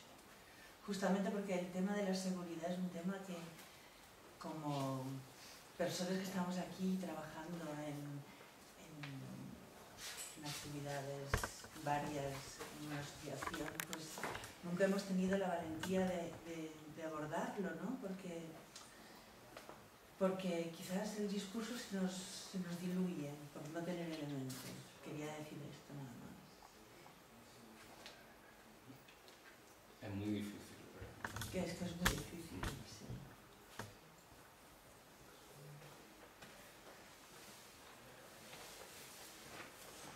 No sé, yo creo que señalaría que en realidad las estigmatizaciones en este caso del Raval, es una estigmatización de clase, ¿no? O sea, lo que se quiere limpiar, extirpar, es que la clase benestante tiene aquí una lucha continuamente abierta, y si vemos la historia del Raval, que se ya viene marcando desde la época del inicio, porque los grandes señores burgueses creaban el Champla, pero bueno, hacían negocios con la prostitución, los grandes burdeles, etcétera, etcétera. O sea, siempre es yo creo que es el territorio donde se expresa la lucha de clase, y la última historia del urbanismo, cuando se deciden hacer estos planes culturales, de rescatar los circuitos de Ramblas, poner el Magro, etcétera, etcétera, continuamente se plantea una gentrificación, como voy a traer población que reemplace a la población, a ver si se mejora un poco ese tejido. Yo creo que esos discursos que desde el mundo académico se apoyaron mucho, yo creo que han hecho bastante daño, y ahora creo que de alguna manera estamos recuperando los discursos como para intentar situarlos en el plano que toca.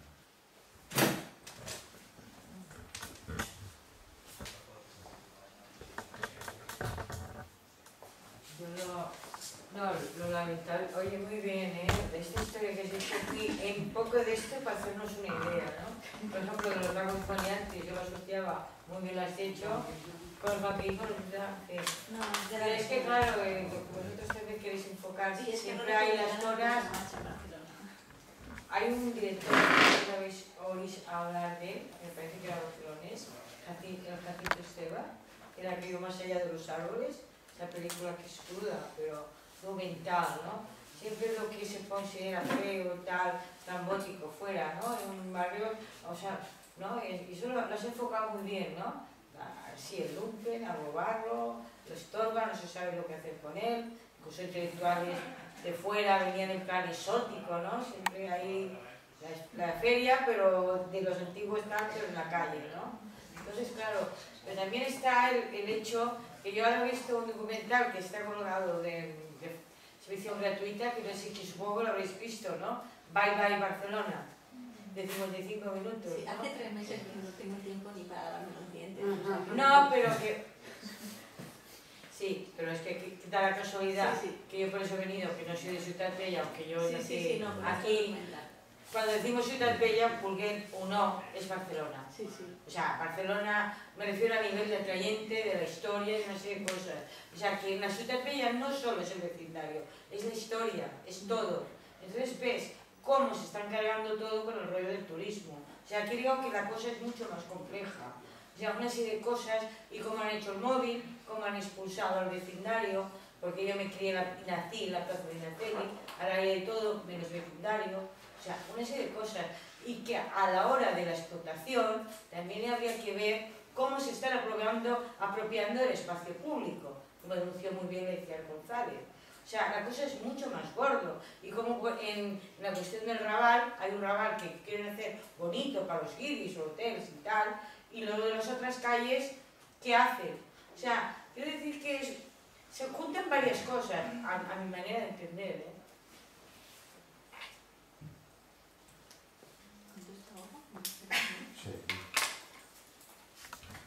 Bueno, la cosa es que si hay muchos, en el caso del Raval hay proyectos urbanísticos de intervención y transformación del barrio, desde el propio proyecto de Sardá, de la misma manera que se abre Vía Laietana, existía la idea de hacer otra atravesando el Raval, alargando Montaneo, Olivao, hay varias dudas, ¿no? Pero ya existe desde 1859 una idea de crear otra vía. ¿Qué pasa? Se arruinan haciendo la Vía Laietana, y en la Vía Laietana aún había la posibilidad de sacar dinero, y llegan a la conclusión de que en el Raval nadie va a poner un duro, y no les interesa. En los años 20 se vuelve a reactivar y hay una serie de proyectos de volver a ver la vía que había planeado Sardá, de echar abajo unas manzanas, de ensanchamiento de las calles y tal, pero siempre se encuentran con el mismo problema. ¿Quién coño va a ir a querer vivir allí? O sea, que no le ven en ningún momento la posibilidad de sacar un rendimiento económico haciendo una intervención sobre el barrio. Y de hecho la propuesta esta que hacen los arquitectos del GATPAC, que primero hablan de eliminar unas manzanas y tal, pero eso es una eliminación progresiva. La idea es, echo abajo una manzana, desplazo a la población, siempre existe un desplazamiento de población, echo abajo otra manzana, vuelvo a desplazar la población, hasta que finalmente he arrasado totalmente con el barrio y lo que me queda es una gran explanada verde en la que voy a poner un centro de congreso y un museo. Ya está. Y creo que quedan ahí las trasanas como elemento histórico aislado. Pero bueno, esto es un proyecto que queda totalmente truncado por el estallido de la guerra civil y porque además era un proyecto utópico y no había dinero para ponerlo en marcha. Pero lo que sí que funciona muy bien para actuar sobre el Raval y empezar a hacer cosas son los bombardeos durante la guerra civil.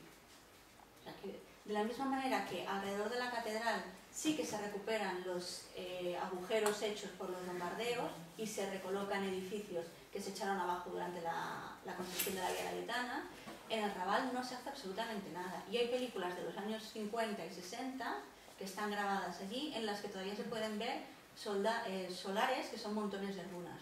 Y ese triángulo de las Bermudas que yo he señalado al principio, que es lo que se conoce como el núcleo originario del barrio chino, eso se bombardeó totalmente durante la guerra civil, porque era donde estaban los sindicatos anarquistas. Y eso en ningún momento interesa reconstruirlo. Si os paseáis por ahí, son las pocas calles que hay, que los edificios son de los años 50 y 60, y luego ya las siguientes intervenciones no se harán hasta el gobierno socialista, cuando se empieza a abrir y a esponjar lo de la Rambla del Raval. Pero los primeros agujeros y las primeras intervenciones no las hacen los arquitectos, las hacen las bombas, que luego esto va a servir de excusa para empezar a activar.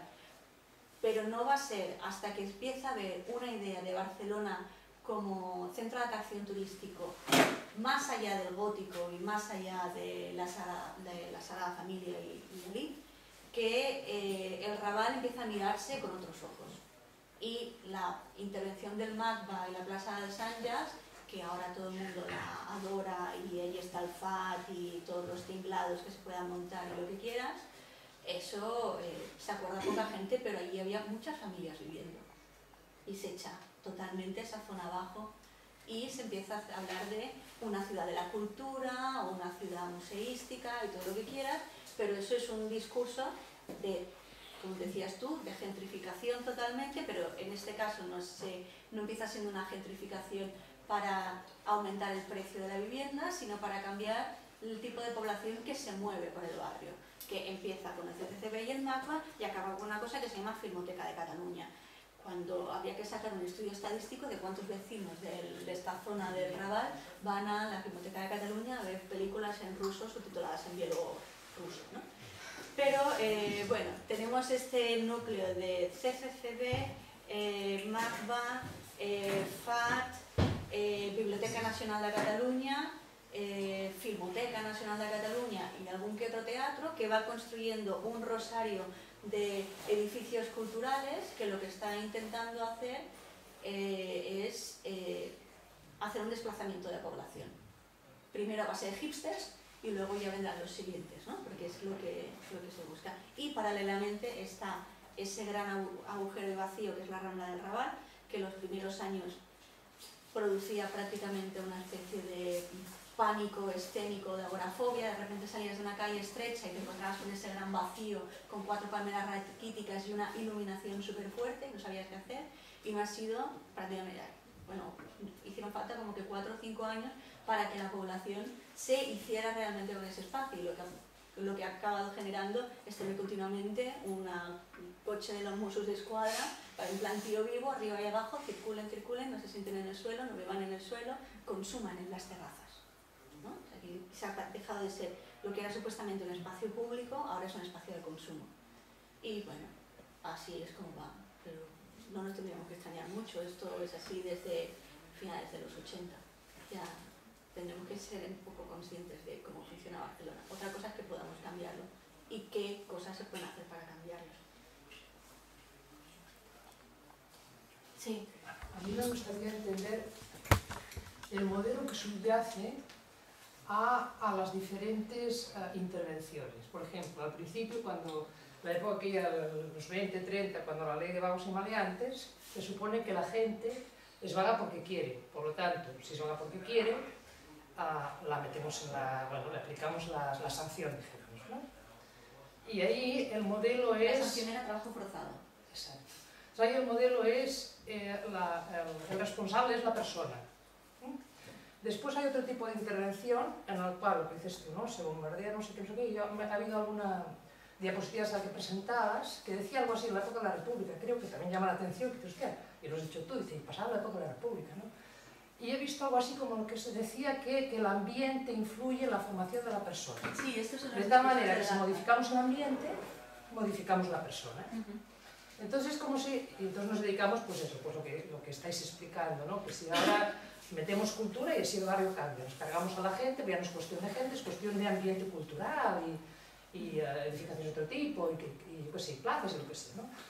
Pero, o sea, no entiendo, o no sé si es que los dos modelos conviven, pero son absolutamente contradictorios, o si es que se hace servir un modelo u otro en función de intereses económicos o de otro tipo, pero no sé cómo encajarlo. O es simplemente que el modelo es a posteriori y hay otros intereses de fondo, no sé. A ver, digamos que se puede llegar a... Bueno, perdón, y ahora no sé cuál es el modelo, si... Wow, es que ahora hay tanto. Ahora se llama el modelo liberal capitalismo salvaje. Creo que ya es bastante antiguo también.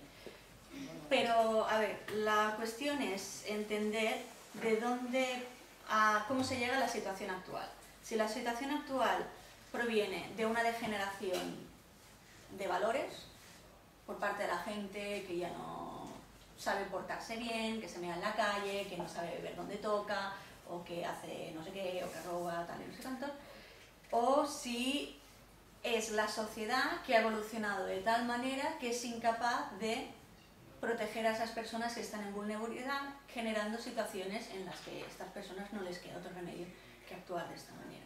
Entonces, dependiendo de si entiendes que es culpa de la persona que se ha degenerado, lo que hay que hacer es reformar a la persona, o si lo que entiendes que es la sociedad que es incapaz de cuidar a su población, lo que hay que hacer es transformar la situación para crear situaciones más favorables en las que no se den estos casos. Claro, dicho esto, todas las trampas que quieras, porque en el nombre del progreso de la sociedad se han construido muchos campos de concentración también. Y en el nombre de reformar a la persona, pues han construido muchos centros psiquiátricos y centros de detención de menores y cosas por el estilo. Entonces, son modelos que van conviviendo y que a veces, aunque sean desde posturas diferentes, acaban generando la misma situación, que es desplazamiento de población o control de población. Unos se pueden tener por más liberales, otros como más conservadores, pero en general estamos hablando de decirle a la gente cómo tiene que actuarse, porque me parece que lo estás haciendo de manera incorrecta y yo tengo la razón. Lo que pasa es que esta es ahora mismo yo creo que es la guerra más antigua de Barcelona. O sea, el Raval y el Chino se está intentando transformar, colonizar, destruir, reconstruir, modelar por parte de la élite de Barcelona, como mínimo desde principios del siglo XX, sin terminar de conseguirlo. Curiosamente, Barcelona a mí últimamente me parece conforme más lo pienso, me parece una ciudad a niveles urbanísticos y de población bastante inmovilista. Fijémonos que los barrios de migrantes andaluces siguen siendo los barrios de migrantes andaluces. Los barrios de las clases media altas y clase alta siguen siendo los mismos, y el Raval sigue siendo el barrio de mezcla de inmigrantes, de precariedad, de realidades contrapuestas, conflictivos, y el barrio criminalizado, el barrio estigmatizado. Y es un barrio sometido a una guerra que a esta altura cumple seguramente más de un siglo. Una guerra con muchas derrotas para la gente que ha vivido en el barrio, pero nunca con una victoria total de un proyecto que es un proyecto único con muchos modelos, porque es un proyecto que abarca desde los gobiernos municipales más conservadores hasta los que se han autodenominado como progresistas. El modelo de la monarquía previa a la dictadura de Primo de Rivera en los años 20, el posterior de la República, el del franquismo, el del primer post-franquismo y el actual, tienen todos un hilo común en cuanto a su relación conflictiva y agresiva con el barrio, que va cambiando de paradigma. El civismo es como la ley de vagos 2.0, ¿no? y es un mismo proyecto de control y colonización del barrio que se refleja en un montón de derrotas de la gente que vive en los barrios, pero al final también en una resistencia permanente a ese proyecto que se quiere imponer. Bueno, el Raval... Perdó. No. L'Assumpta i el Daniele, si és que no vols fer un comentari. No, anava a dir que para mí el Raval es un milagro constante cada día. Bueno, creo, Si lo que vimos a ella. Sí, es que... Bueno, yo aprovecho para hacer un apunte también que tenía ganas. Es muy divertido de ver que se han gastado en los últimos 20 años una millonada brutal, han hecho un esventrament impressionant amb la Rambla del Raval i la zona nord, i no ho aconsegueixen. Els hi ha vingut la immigració i els hi ha rebentat els plans. O sigui, als anys 70 la línia de població dels últims 25 anys, aquí als anys 80, dels 70 als 80 han picat cap avall. I no és que la gent d'aquí hagi deixat de marxar, han continuat marxant, el que passa és que han començat a venir de fora a centenars. De fora vindran i diran. I llavors és fantàstic perquè la ciutat és realment incontrolable, es poden gastar els milions que vulguin, poden posar hotels, poden gentrificar, que se'ls hi continua generant conflictes, resistències i problemes amb la gent que viu allí. És molt interessant. I ara sí, l'Assumpta. És una cosa que no acabo d'entendre, perquè per la meva idea em sembla que la de Cerdà va començar a final del segle XIX i per tant fins en aquell moment tothom vivia a la Ciutat Vella. És a dir, el que deia aquesta senyora de darrere, vull dir, la ciutat era només això. Però hi havia una rambla al mig. No, ja sé on és el Raval i aquí i tal, no? El que jo vull dir és que hi havia una muralla també més allà, que és la Ronda Sant Antoni i tot això. El que jo no acabo d'entendre és perquè tota aquesta definició i explicació que estaves fent del llibre d'aquest senyor, qualsevol lloc de Ciutat Vella era igual, qualsevol cosa que explicava allà. És a dir, em sembla que tenim una idea una mica romàntica de com es vivia en aquell moment. Jo diria que el pudor que hi devia haver-hi pels carrers, la falta d'higiene i tot, i la insalubritat a tots els nivells, era a tota la ciutat de Barcelona. I llavors va ser quan alguns van començar a marxar perquè tenien possibilitats d'anar-se a l'Eixample. Però vull dir que no acabo d'entendre per què es van ensenyar, es van ficar o van començar a pedregar contra una zona concreta de la ciutat.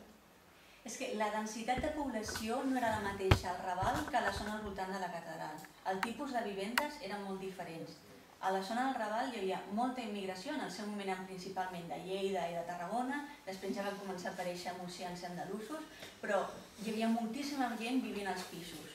En canvi, a l'altra banda de la Rambla també hi havia pisos, però no hi havia tantes famílies convivint dins del mateix pis, i el que hi havia eren molts palaus. Vull dir, a la banda del gòtic hi havia la gent guai, dintre de tot el guai que es podia ésser, però allà estaven les famílies amb noms i cognoms de Barcelona. A la banda del Raval era una població que acabava d'arribar a Barcelona, sense història. A la banda de la catedral eren els que tenien història. De fet, aquí a Vida Privada, de la Josep Maria de Sagarra, les famílies que tenen tradició viuen al barri de la catedral. En canvi, a l'altra banda, que és on hi ha pisos de 6 i 7 plantes, edificis, perdó, hi ha molts apartaments i tots estan subdividits. Llavors estem parlant d'una densitat de població molt diferent, que això sí que genera molta més, no només pudor, però moltes més escombraries al carrer. O sigui, hi havia blocs com els que hi ha ara?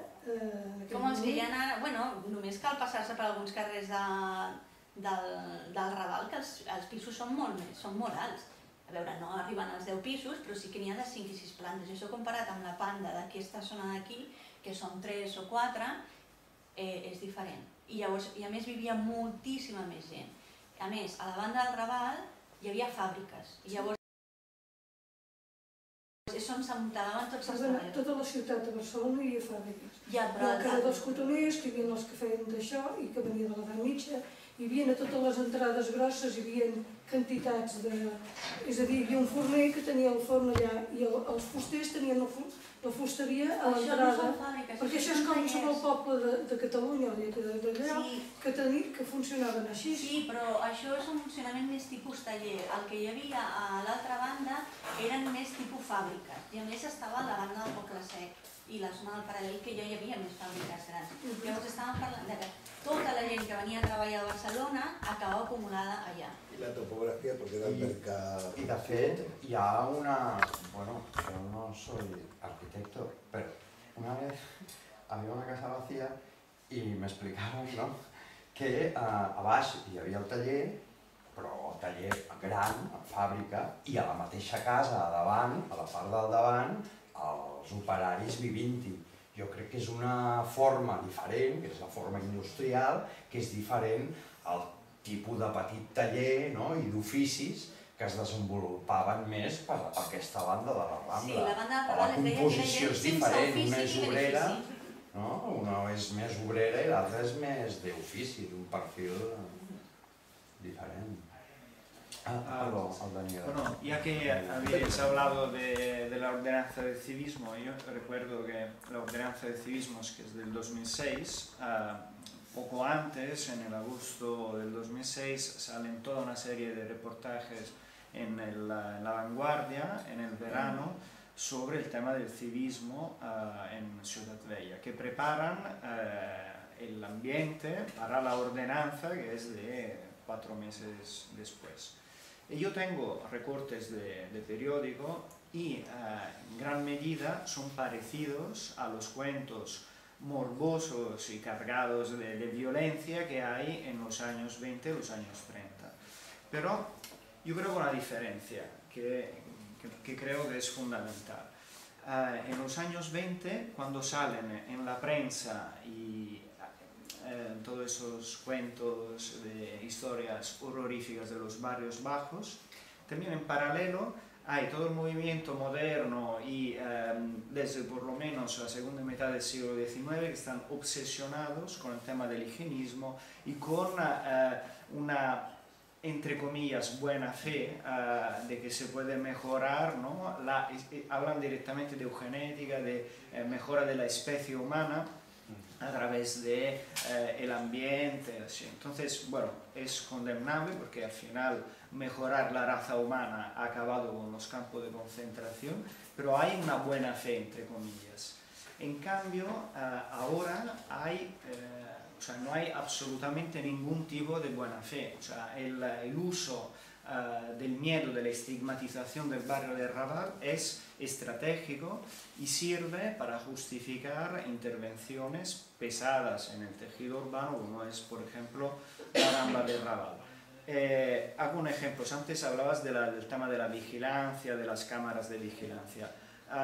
Es un tema que a mí me interesa mucho y me he ido a buscar un poco si...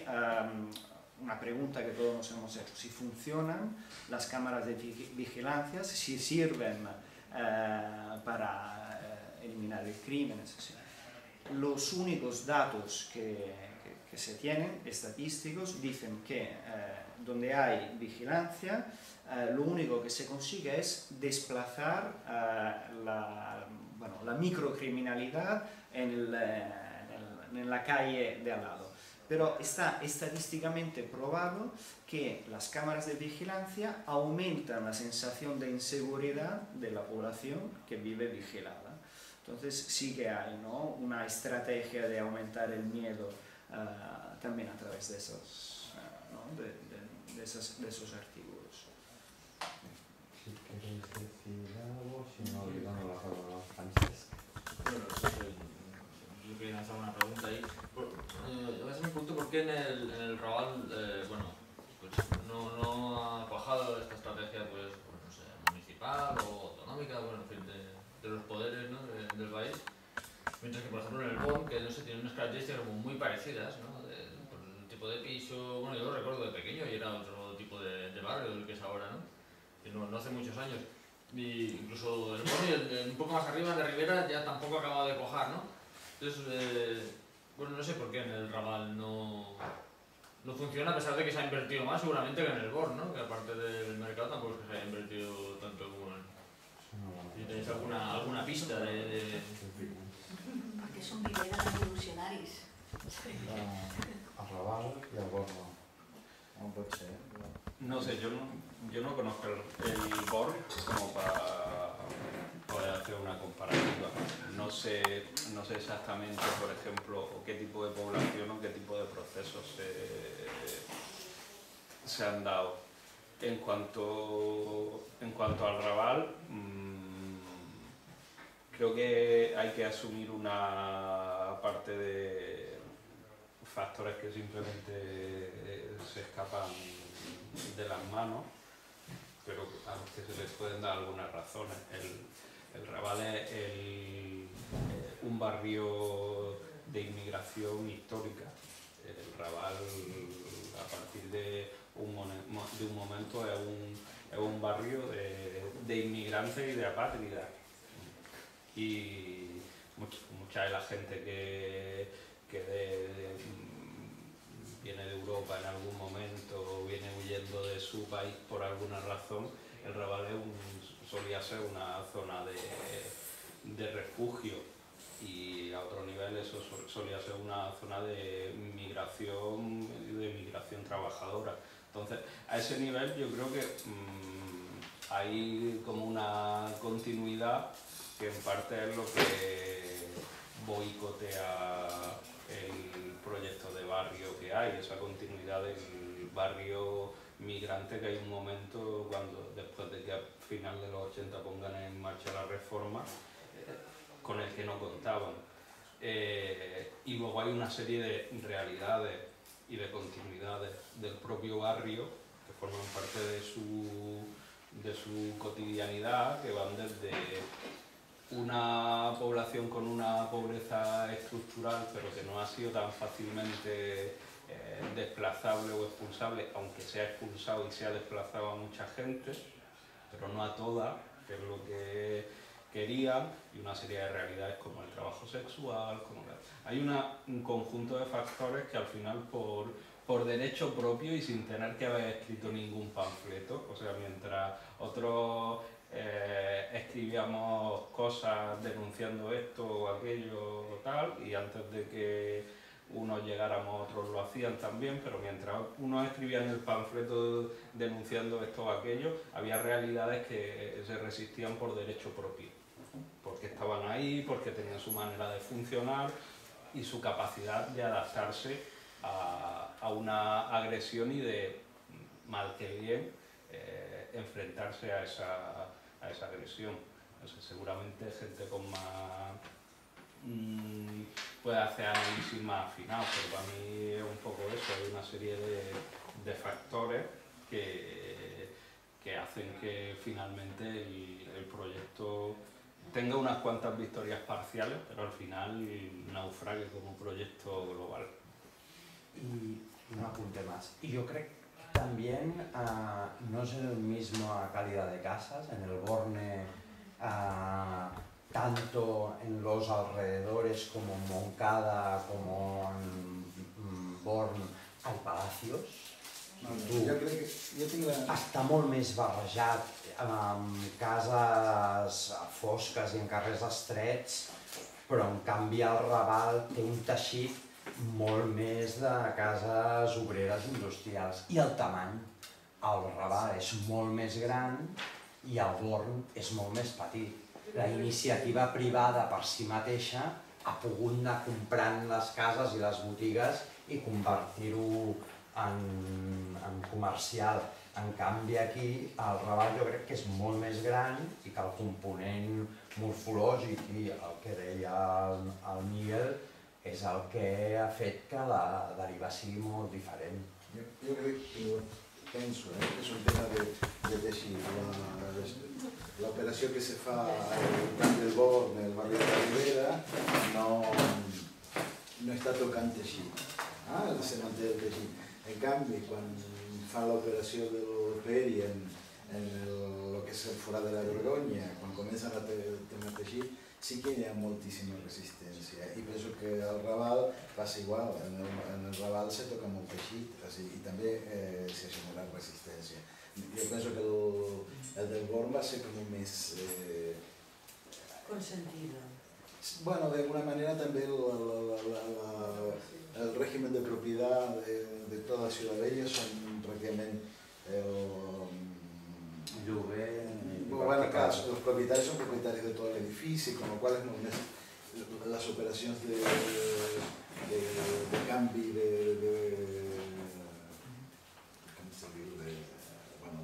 la gent, no? O sigui, jo compro tot el piso i faig una operació i començo a expulsar, etc. Y después la ley, yo creo que estas leyes de civismo, etc., simplemente lo que les interesa es hacer invisible toda la problemàtica. O sigui, quan te fan tota aquesta coartada, que encara és una coartada higienista i parlant de la prostitució, etc., els importa tres pitos. O sigui, la prostitució de luxo fantàstica i la vanguardia con Godó i tota la dreta catalana acompañan aquests discursos, però resulta que les classificades estan ple de coses de prostitució. O sigui, jo crec que és una evidència més d'aquesta hipocresia del sistema que no vol acabar con la misèria, simplement la vol controlar. I mira, jo ara veu que està la Elsa Plaza, que la Elsa ha fet un llibre sobre la vampira del Raval i que casualment també és l'estigmatització, no? O sigui, d'aquest tema podries parlar una mica del que és la vampira del Raval i la... Bueno, no, pero está dentro de la estigmatización. Bueno, lo que decía Miguel recién, ¿no? También sobre todo la estigmatización del Raval desde comienzos de siglo, ¿no? Y cómo se aprovecha un caso, un suceso que en un principio era solamente el secuestro de una niña para estigmatizar a una mujer que, bueno, cuyo único delito había sido ese secuestro probado, pero que se utiliza esto como una cortina de humo precisamente para tapar la miseria, la explotación sexual, la explotación laboral de la época, ¿no? Y cómo a esta mujer se la convierte en una semana en una asesina en serie, siendo que no había ningún cadáver. Y aún hoy, si ponemos Enriqueta Martí en el Google, nos sale, bueno, unas páginas tremendas a las cuales, bueno, con una cantidad enorme de crímenes y con fotos trucadas, sacadas de niños muertos de otras páginas, incluso de los bombardeos de Madrid, de niños muertos en los bombardeos de Madrid. Se crean páginas falsas para adjudicar a esos niños muertos como asesinados por Enriqueta Martí en 1912. Entonces es que se crea todo este personaje precisamente para seguir estigmatizando un barrio, cuando detrás lo que había realmente era un prostíbulo infantil que se descubre en el mismo momento en el cual a la Enriqueta se la acusa, se crea la vampira del Raval, y donde estaban implicados los policías del distrito de Hospital, y bueno, había toda una serie de... Y bueno, es lo que decía Miguel recién, ¿no? Lo que quería decir era, cuando tú preguntabas la diferencia entre el Born y el Raval, fundamentalmente es el origen también, ¿no? Que era lo que decías tú también. El Born tiene un origen, es el verdadero barrio gótico, es el que se crea precisamente el que crece a partir de Santa María del Mar, ¿no? Que va creciendo y es un barrio de artesanos, un barrio menestral, ¿no? Entonces, claro, es la tipología esta donde vive lo que era la nobleza del momento, juntamente con los menestrales, ¿no? Con los artesanos. Y el Raval precisamente crece a partir del siglo XIX, a pesar de que en el siglo XVIII ya existía, porque ahí se ponían las fábricas, ¿no? Bueno, que comenzaban a surgir en el siglo XVIII y que resultaban molestas para que estuviesen dentro de las murallas, como ser lo que era todo los tiembres y todo esto que comienza a ponerse del lado del Raval. Es decir, entonces, a partir de que empieza a crecer el Raval, bueno, como tú dijiste, ¿no? con fábricas que después van surgiendo en el XIX, se crea otra tipología arquitectónica también, que no tiene nada que ver con la tipología arquitectónica del Borne, ¿no? Es totalmente diferente. Y después pues estos nobles que se van cuando viene la fiebre amarilla, ¿no? Que se van y empiezan a poblar lo que es Sarriá, San Gervasi, Horta, ¿no? Se van para ahí cuando se asustan de estar todos mezclados.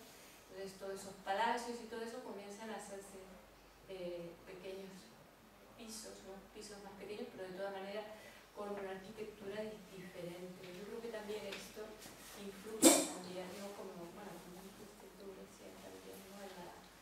En las relaciones entre las personas. Pero te quería preguntar una cosa, Miguel, que a mí me queda, ahora que cojo la palabra, ¿Alguna tontería que he dicho?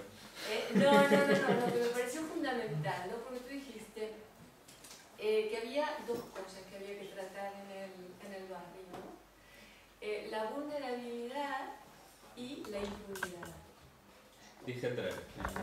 Menos vulnerabilidad, menos estigmatización y menos impunidad. Claro, eso me parece fundamental, pero ¿de qué manera lo hacemos? ¿Entiendes? Yo creo que eso tendría que estar si pensamos en un programa de gobierno principal de nosotros, ¿no? De la gente que está aquí, yo creo que es el tema a tratar. ¿De qué manera? ¿De qué manera nos apoderamos? Porque a mí me parece que es verdad, se han creado islas culturales donde la gente del barrio tiene poco acceso. ¿De qué manera? Igual que que estáis haciendo FEM Plaza, ¿de qué manera hacemos FEM Málaga? O FEM Filmoteca? O FEM Santa Mónica? ¿Sabes? Yo creo que esto es lo que tenemos que pensar, no sé, ¿con quién está? Y bueno, y lo de la impunidad, bueno, esto es denuncia, ¿no?